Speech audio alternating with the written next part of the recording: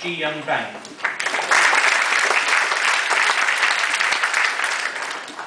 Naharika Bansa.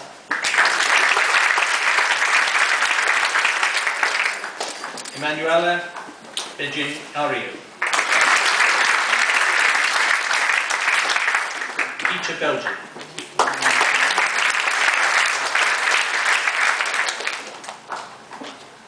Galia Tamas Benzine. Andrew Benthel. I realise that anything I say now comes between you and a well-earned glass of wine and something to eat. But nonetheless, I do want to congratulate you again on successfully negotiating MRCP.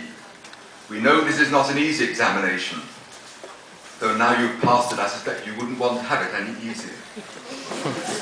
But we do think it's a fair exam and demonstrates not just the breadth and depth of knowledge, but also an ability to marshal facts and bring common sense and decision-making to the bedside of ill medical patients.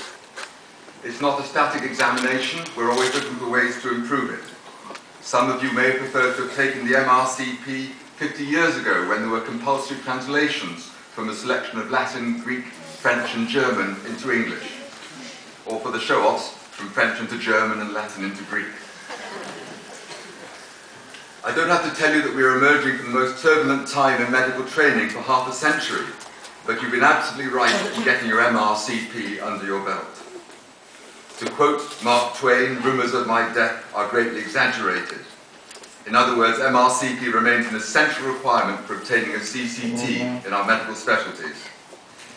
The new MRCP sits comfortably against the training programs that test the knowledge, skills and attitudes that underpin the competence-based curriculum for general and acute medicine.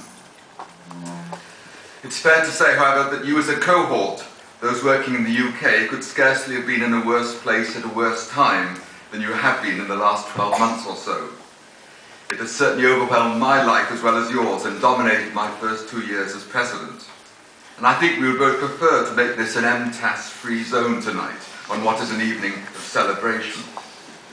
Suffice it to say, however, that this college remains totally committed to help sort out the mess for which we were not directly responsible, the statutory responsibilities having been wrested by government from the colleges some years ago.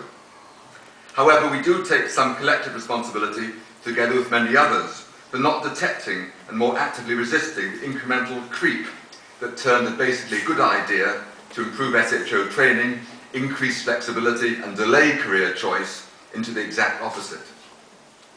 How this went so horribly wrong will be